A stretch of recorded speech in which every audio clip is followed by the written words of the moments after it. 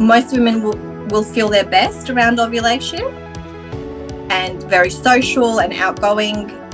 They may want to drink because it's a social time, which is probably the worst thing to do in the ovulatory phase, because that just one drink can almost double your estrogen levels. Yeah, so it's probably like, I like to say that because it's the worst time in the cycle to drink, because it just throws the rest of your cycle off balance.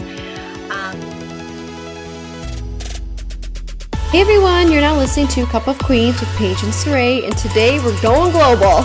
We are speaking with Australian Talida, who is a hormone educator, blogger, and author.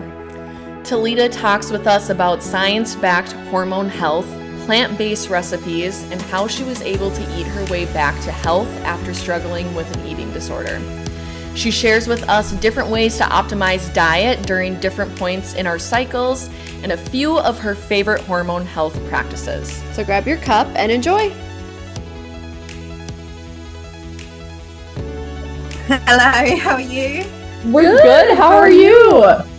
Yeah, not too bad, not too bad. So where do you live? Your accent is so cool. I'm in Australia, so just north of Sydney. Love. That is so cool. That is like a high place on my bucket list. Same. Especially right now. We are in the Midwest and it is full-blown winter, snow. So we would do anything to have the weather that I'm sure you have right now. We can't do it. Yeah, it's not as warm as usual, actually. Very windy and cold, but you know, it's better than what you guys have. Yeah. Much better. Gosh. Okay, so then also tell us how to pronounce your full name, because we were like trying to guess, but we're like, we just have We to don't want ask. to get it wrong. No, it's I don't care. It's Talida. Okay, we were right. We did Yeah. Talida, but I'm like, gosh, what if we're wrong? And my name is Saray, and so I get that pronounced wrong all the time. Paige does not. Paige, no, that's pretty easy. So fun. Well, we cannot wait to talk with you and hear about everything that you're doing. I feel like your Instagram and your presence on social media is so fascinating. So I can't wait for you to talk a little bit more about everything you do. So can you tell us about yourself and how you got into the kind of this health and wellness sector? Yeah, so it started as many people. I had like a traumatic hormone health story that happened because of the birth control I was on. So one thing led to another. I did very bad on it. It wasn't the pill, it was the implant, which is a bit different. And I ended up having severe anxiety, panic, and seizures from it. So the panic was so bad that it led to seizures. And it was caused because once I got off it, because I wasn't doing well on it, my body didn't ovulate for a year, which means I wasn't producing progesterone. And it was actually the lack of progesterone that was causing the seizures, because we need progesterone to help us uptake the neurotransmitter GABA.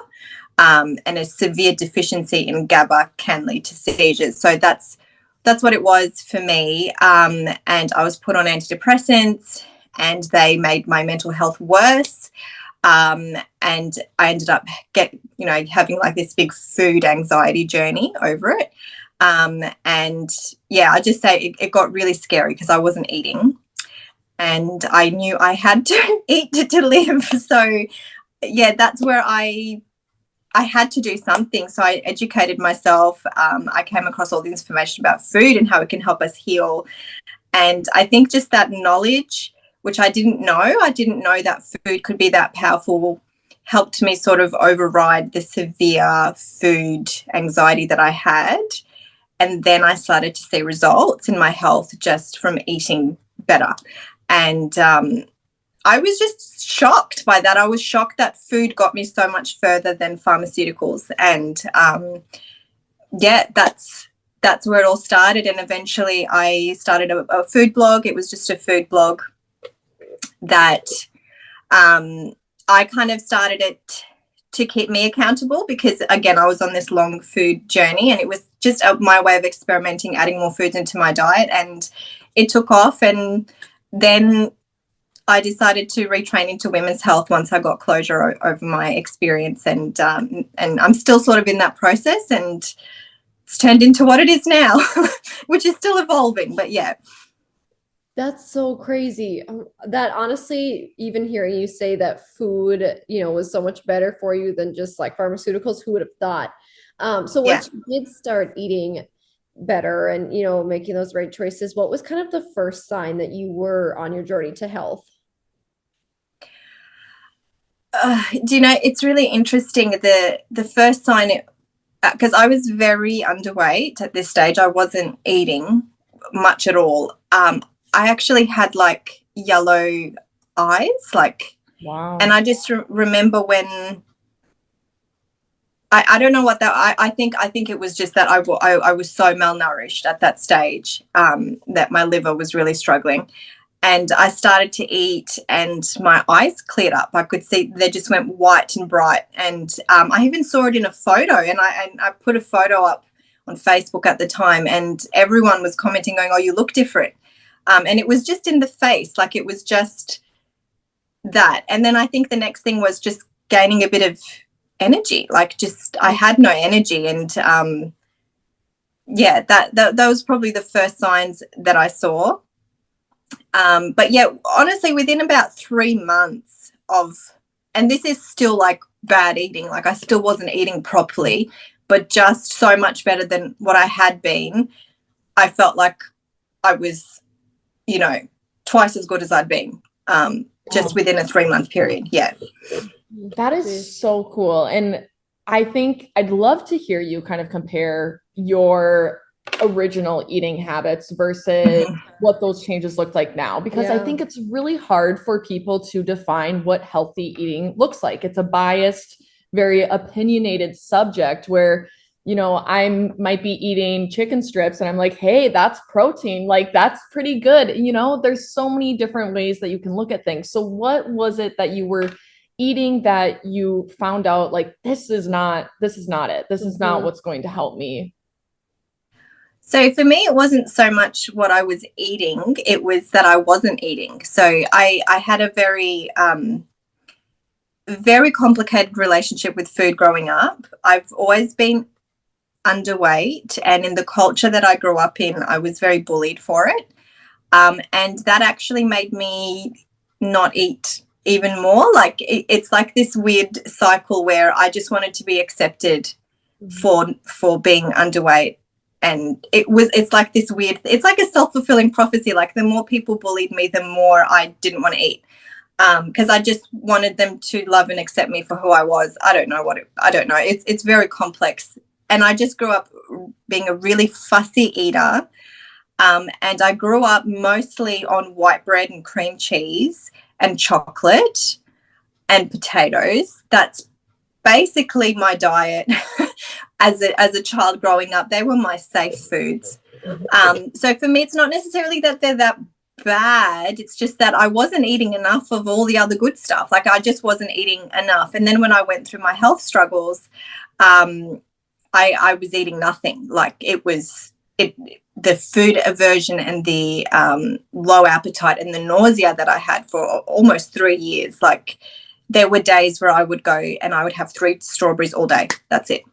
Because I couldn't eat. So that's what I mean. But it's a very interesting sort of eating disorder, because it wasn't the typical anorexia and the bulimia and all of that, because I hated being skinny.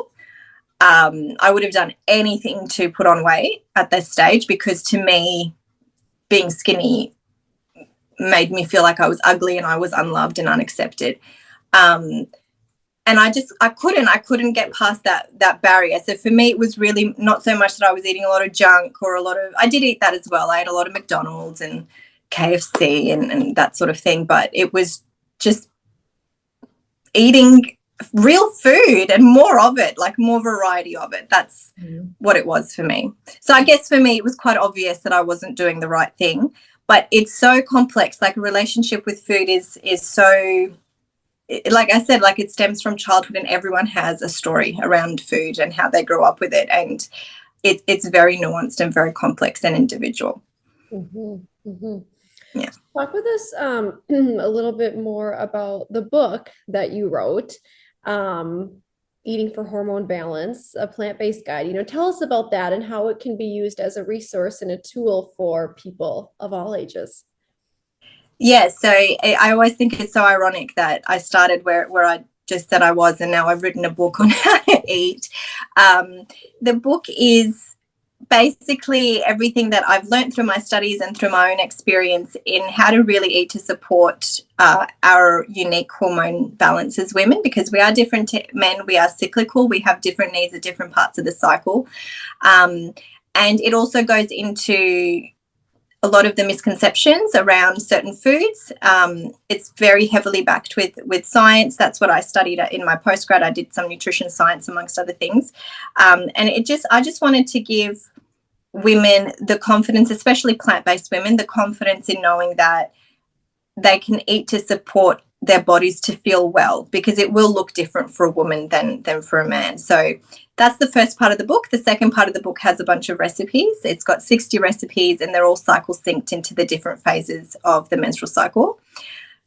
Breakfast, lunch, dinner, desserts, and drinks. That's my book. That's so cool. I want to get my hands on that for sure. I am so obsessed with this. We just did a podcast with Paige and I a couple weeks back, and I had shared that I had started seed cycling, which I'm sure you're familiar with. And I didn't realize that kind of just little practice of seed cycling then opened all these doors to how so many people live their life by their cycle, whether it's their exercise, their food, and different things. And I'm like, I had no idea this was a thing. So I'd love to hear you talk more about that and what maybe some of those differences between what we should be eating during each part of our cycle looks like. Yeah, so I'll start by saying that there are 4 phases to the menstrual cycle. So the first one, and day 1 of our cycle, starts on the first day of full bleed. It starts with our period, and that's our first phase. So it's the menstrual phase, the follicular phase, the ovulatory phase, and the luteal phase. So the menstrual phase is obviously our bleeding phase. This is the stage where our hormones are quite low, and we need to be focusing on replenishing nutrients that we've lost through our bleed. So specifically iron, but also things like potassium and magnesium, different electrolytes. But mostly for women, it's going to be the iron, whether you're plant-based or not, especially if you have heavy flow. This is a time to really focus on that, to try and replenish that, so you can have enough energy for the month ahead. The next stage is our follicular phase, and this is the part where our estrogen is rising. This is the part where we open our fertile window. So this is the only part of the cycle where we produce cervical mucus, and it's the only time we can get pregnant, which I always say is interesting that a lot of women take birth control all month long, when really there's only 5 to 6 days of the cycle where, and really only one, which is ovulation, where pregnancy can occur.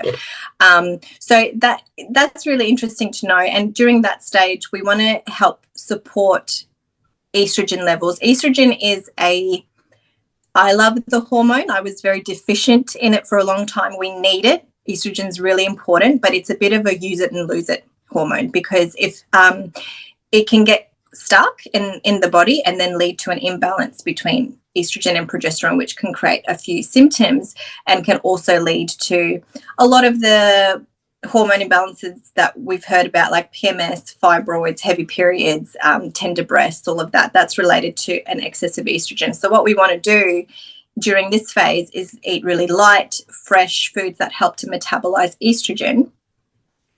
And the same goes for ovulation, where our estrogen's the highest. Ovulation's a really short phase, but that's what we want to focus on. Most women will feel their best around ovulation and very social and outgoing.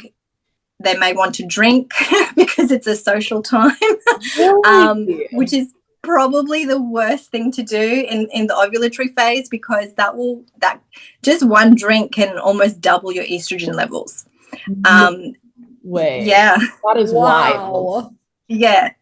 So it's probably like I like to say that because it's the worst time in the cycle to drink, I think, because it just throws the rest of your cycle off balance. Then we go into our luteal phase, and we have a very distinct rise in appetite where we need 200 to 300 calories more. And this is our progesterone phase. So in this stage, we really want to be focusing on blood sugar balance, because estrogen helps keep our blood sugar in check. When we don't have as much of it with progesterone, it can go a little bit up and down, and so we get our hangriness, and a lot of our PMS symptoms can actually be blood sugar related. So we need a good focus on very satiating meals, protein, fat, carbs with every meal, eating regularly, and just making sure you are actually getting those extra calories that you need, because if you don't, your body won't like you for it, and it will just give you symptoms. And that's a quick rundown of it. I've probably forgotten lots of bits and pieces, but that's basically it. Well, but that awesome. Is so interesting. Yeah. And I'm sure obviously your book might cover some of that, or yes. Your social pages. I know I've seen little things on there about that. And so we'll direct people to that to follow and get more of a visual. But I think it's just fascinating how those pivotal points within literally every woman's life and month are so affected by these small little increments and changes that we do.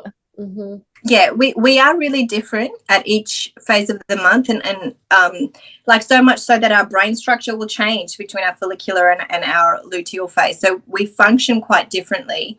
We don't need to get, some people can get really stressed out with cycle syncing, but and so you don't have to put that much thought into it. But I just say, if you're listening to your body, you will feel all of this intuitively. So your body will ask what it needs. I was doing a lot of this before I even knew about it. So my appetite is lower in my follicular phase, so I crave the fresh light foods, which are going to be good for estrogen. My appetite's bigger in the luteal phase, so I craved the extra protein and the chocolate and the magnesium and whatever, because that's what I need. So, and if you really tune into your body, it will ask you for what it needs. And it's more about not fighting against it and trying to be like a man and being the same every single day, because it's just not going to happen. We're not men. So, yeah. Well, so I feel like you even mentioned too, a lot of that and changing those habits can be probably overwhelming right away. So, how can women start that process and start to change those habits, slowly and gradually, so it works for them without being too overwhelming, do you think? Yeah, look, I think a good thing to know is that going slow is the best way to do it. I think a lot of the issues that I see, particularly, let's say, like if women want to go vegan overnight or something like that, or like a diet, like a weight loss diet, it's too much of a shock on the body. So going too fast, too strong, too soon is actually going to throw off your metabolism. It's actually going to create a whole bunch of other health problems. So just giving yourself that patience and that time is really important, and knowing that, that you are doing it the best way. Slow and sustainable is the best way to do it.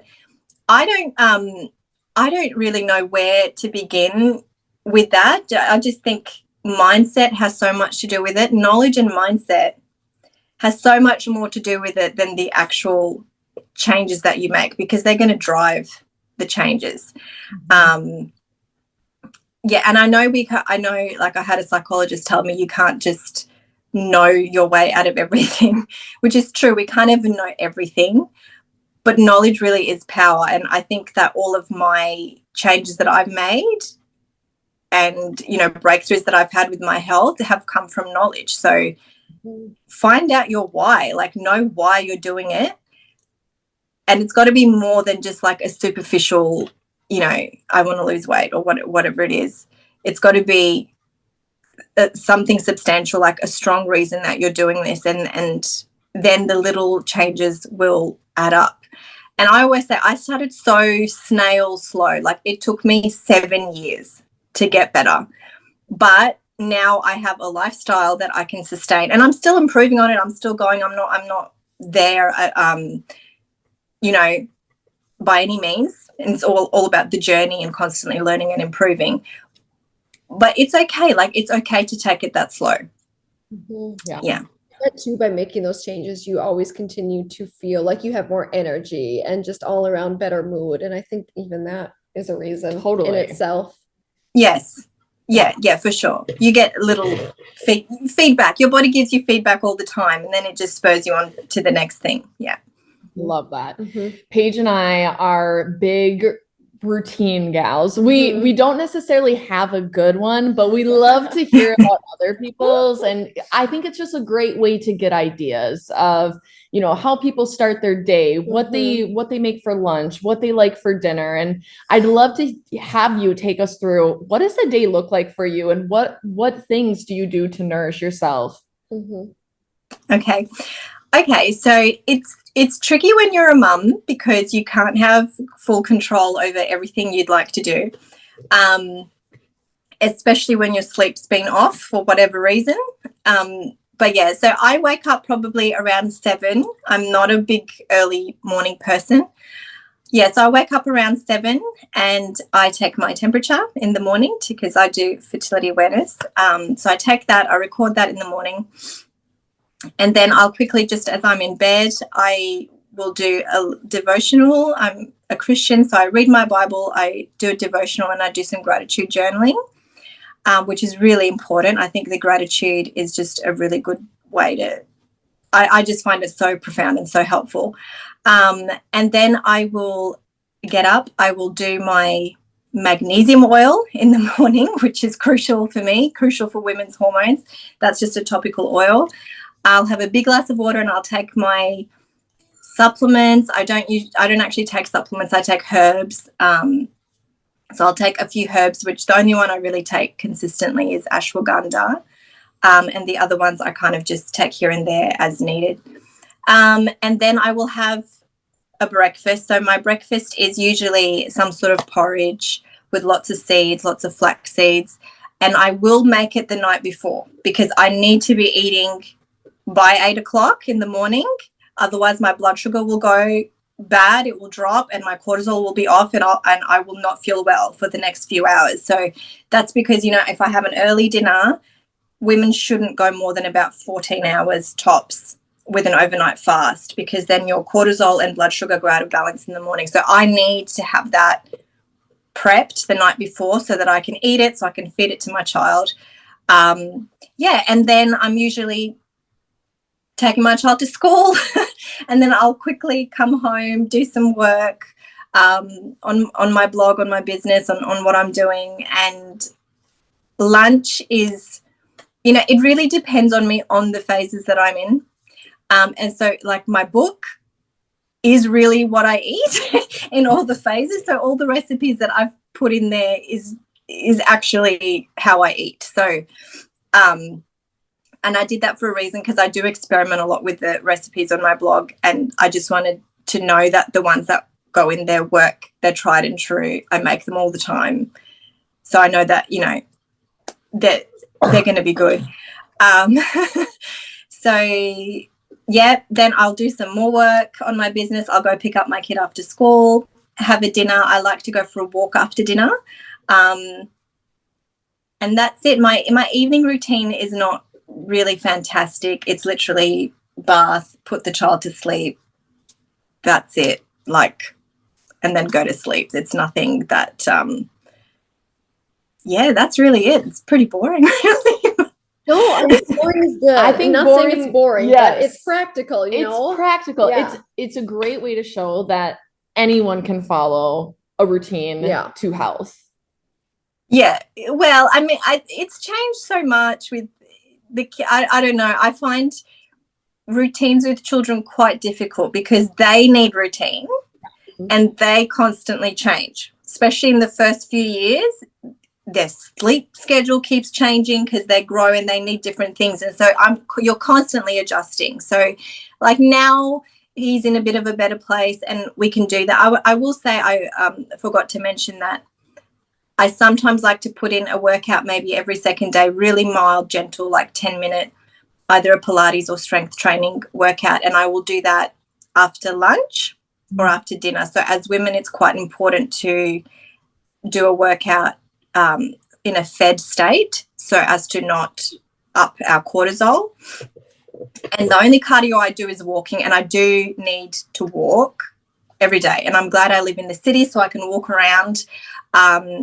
Walking is amazing for cortisol balance, and I think that's what, like, a top tip is, walking is a cardio, and it's the best type of cardio you can do. So yeah, that's it. Like, it's a gentle way where I'm nourishing myself, 3 well-balanced meals a day. I make sure that I eat regularly. I don't wait too long, otherwise my blood sugar will go off. I don't snack in between my meals because my blood sugar goes off again if you do that. And that's it. Gentle exercise. I'm not that great with the sleep. I go to bed too late. I could improve. And yeah, that's it. That's my life. I love it. So, okay, I'm curious. So you take magnesium in the morning. Is that like an oil, like a dropper under your tongue, or what is No, that? it's a topical oil. So it's like a spray. Mm-hmm. Huh. I have really, really hard time taking supplements. So I can do whole herbs, and even then they have to be they can't be too, what do you call it, like tampered with. Yeah, my gut just doesn't, I don't know what it is. It's something to do with the antidepressants that I took a long time ago. It ruined my gut in a way that I can take on food, but I can't take on supplements. So the magnesium, I do an oil because it bypasses the digestive system, but it actually absorbs so much better. And I've had so many women say that they get so much better results with a topical oil compared to a supplement, even a really good one that you'd get from the naturopath. Yeah, it's pretty life-changing. So the magnesium. And what are the exact benefits of taking magnesium? Okay, so magnesium is a macro mineral, and it has over 300 functions in the body. Okay, but for women in particular, it helps with so many things. It's going to help boost all of the hormone production, all of our hormone production. It helps to balance blood sugar and cortisol levels, which these two, blood sugar, so insulin and cortisol, they're really the root of most of our hormone problems. So it helps with both of those. It helps us sleep. It gives our cells energy, mitochondria. It helps our mood, particularly, PMS time. So if you have magnesium in combination with B6, you either supplement that or you get a lot of it from food. That's actually like a very evidence-based approach to treating PMS, magnesium and B6 combination. And most women will find that life-changing. It helps to clear our liver and gut, to clear out excess estrogen. So again, that helps that hormone balance. And it really is, even if there's a lot of information online saying that our soils are depleted in magnesium, so we're not getting enough, so we need to supplement. But that may be true. In Australia, that's not the case. Our soils are fairly good. They're fairly rich in magnesium. In America, I believe that's the case, and that's why we have a lot of that information out there. But the thing is, even if you're eating enough, like I get a ton of magnesium in my diet, under stress and inflammation, your body depletes it. And pregnancy, like you will lose it. You go through magnesium so quickly, it's hard to keep up. So especially if you're prone to anxiety like I am, or just a very stressful life, it's very hard to maintain the magnesium levels that we need. And it really is like a life-changing thing for most women. I need to try that. Where can I add to cart? Literally tonight. Yeah. You are going to have to email us the link of the particular one to use, just to give us some ideas. And the ashwagandha too. Yeah. I'd be very curious if you could send us that. Yeah. And then ashwagandha, I just get mine from a little local place in Australia, so I don't know if that's going to be very beneficial for you. But yeah, most ashwagandha will do good. That just works by lowering cortisol. Did you say you take that in the morning too? I take both the magnesium and ashwagandha morning and night. Okay, so if you take it in the morning, it can have a bit more of an energizing effect, gives you energy for the day. If you take it at night, it calms you down. And they work with your body and the natural cycles of the rhythms of your body. So that's why I love herbs. There's like, I don't know, there's like this relationship. The body knows what to do with herbs. They work with your body, especially adaptogenic herbs like ashwagandha. Yeah. Oh, cool. I just love it. I do too. I think it's so fascinating. And then too, a little bit ago, you mentioned in the morning you put a lot of flaxseed on your porridge. What are the benefits to flaxseed and providing like good hormone health? Yeah, so flax seeds are great. The fibrous component of the flaxseed has a phytoestrogen called lignin. So phytoestrogens go around the body and they can weakly bind to our estrogen receptors. And this may sound scary, but it's actually really positive because what it does is it blocks the harmful estrogens from getting in, which is why we have quite a lot of data on flax seeds, for example, as being quite preventative for breast cancer. Because we have different types of estrogens. We can have very harmful estrogens from our environment, the things that we put on our skin or that we eat and consume. These are called xenoestrogens, and they've been linked to things like breast cancer and other things. But also stress and our diet choices and the way that our liver itself processes our own estrogen can create harmful forms, so which can then recirculate into our body and attach to these receptors and create harm. So flax seeds helps to block that from happening, and it has a really balancing effect on estrogen. So I think of flax seeds as an adaptogen for estrogen, because if you are low in estrogen, it can help boost it. If you are high in estrogen, it can help lower it. And again, it's about blocking the harmful types of estrogen from the body. Really powerful. It's actually considered first-line treatment for cyclical breast pain. And I've actually had like a few people read my book, and then they contact me and they said, I've added flax seeds in every day and my breast pain's gone. So it definitely works. It's amazing. Wild. I think I'm missing the boat on so many like healthy foods and just supplements, and I like to think I eat good, but like there's little things that I could definitely do. 100%. Yeah, this is fascinating. I would love to hear, I mean, you have this incredible book with all of these great recipes and different things. What is your absolute favorite recipe that you have within your book? Within my book? Okay. It will be a chocolate one. Ooh. It's a toss-up between the choc hazelnut fudge cakes or the choc pecan and crumble bars. Yum. Say less. Say less. Thanksgiving, get that recipe ready to go. I love it. That sounds amazing. Dang. Okay. Well, so speaking of that, I know Thanksgiving is coming up, but what is on your Thanksgiving? Like, what's your must-have for a Thanksgiving meal? Well, we do not celebrate Thanksgiving in Australia, so we don't do it at all. I mean, it's a holiday. Oh, sorry. That's okay. Up on some history. I literally thought that as I was saying, get your Thanksgiving. I was like, oh wait, but not our Australian listeners. They will not be celebrating Thanksgiving. No. But the holidays are coming up. Yes. Yes, Christmas. Yeah, Christmas is so different in Australia. I still don't think we do it right in Australia because it's summer at Christmas, you know, and I don't understand why we go around in the middle of summer decorating our houses with like reindeers and snowmen, and do you know what I mean? Like it's so weird to me, but we're still trying to be wintry in summer, and I don't understand it. But our meals are a bit different. So for me, Christmas is a lot about cherries, summer fruit, and mangoes. Like Christmas is not Christmas without cherries and mangoes, and a lot of our Australian Christmas desserts will contain cherries, mangoes, some sort of stone fruit. And I'm plant-based, so what do we do for Christmas? I usually do a stuffed something, like a stuffed pumpkin, or like you guys call it squash, like a butternut squash. We call it a pumpkin. Yeah. Or like stuffed capsicums. You guys call them peppers, I think. Potatoes, salads.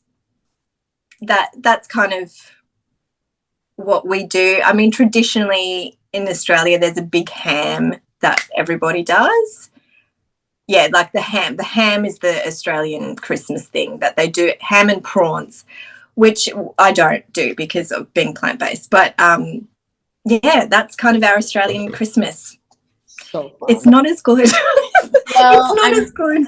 I love to hear about the culture, though. I think that is so cool. I'm sure there's things that Australia does a lot better for the holidays than what we're doing. One being the weather. So like you already have it without even having to try totally. So yeah, it's interesting because I have done Christmas in Europe, and it's so different because I think Christmas is a way to sort of deal with the cold weather. Like it's something to look forward to when you're stuck inside, you know, whereas we are like, it's summer, we want to get out and do stuff all the time. So it just doesn't match to me. Anyway, it is what it is. We do a lot of cricket on the beach in Christmas as well. And yeah, that sort of thing. Wonderful to me, truly. Well, okay, before we run out of time, I'd love for you to tell everyone where they can find your book, where they can connect, just so that our listeners, as they're planning their holiday meals, they can maybe get inspired with some different recipes. And of course, getting great hormone health and just on a better way to 2023. Great way to start a new year. Yeah. Okay. So I'm actually in a little bit of rebranding phase, so it could be a bit confusing, but the best place to find me is my Instagram, which I have just changed my handle to just my name. So it's just at Talida_Voinea. And my website is still my old name, which is Hazel and Cacao, but that will be changing in the next couple of months or so. So everything will just be my own name, so Talida Voinea soon. But yeah, I'm on everything now. So I'm on TikTok, I'm on Instagram, I'm on YouTube, I'm on Facebook, and then there's my website. But definitely Instagram's the place to go to connect with me. My book is linked on there. You can purchase that off Amazon exclusively at the moment. It is self-published, so that's the only place I've got it at the moment. You can get print or digital, and you can find that through my Instagram on my website. And yes, that's it. All the things. Yeah, we'll link everything, so it's super easy for people to find you and connect with you. And yeah, I think it's easier just going to mine. There is a brand change coming anyway, but the recipes will always be there, and I'm pumping out Christmas recipes right now. So I can't wait. I'm not a cook, but our husbands are. So oh, that's good. Pick them off and they can do that. Oh, kidding. Thank you so much for your insight and your time on this. Please send us the links for the magnesium, anything that you have that you think is really been life-changing. We'd love to share those with our listeners. Yeah. Okay. Honestly, probably the top three I've already mentioned: gratitude journal, magnesium oil, ashwagandha. That's what it was for me. Perfect. Top three. You know, it's not going to be the same for everyone. We're all different, but they're a pretty standard place to start, I think, for most women. I love it. Good. I'm going to add all of that into my routine tomorrow. Yeah, I'm excited. Love it. Thank you, and have a great rest of your night. Thank you very much. You too. Bye. Bye.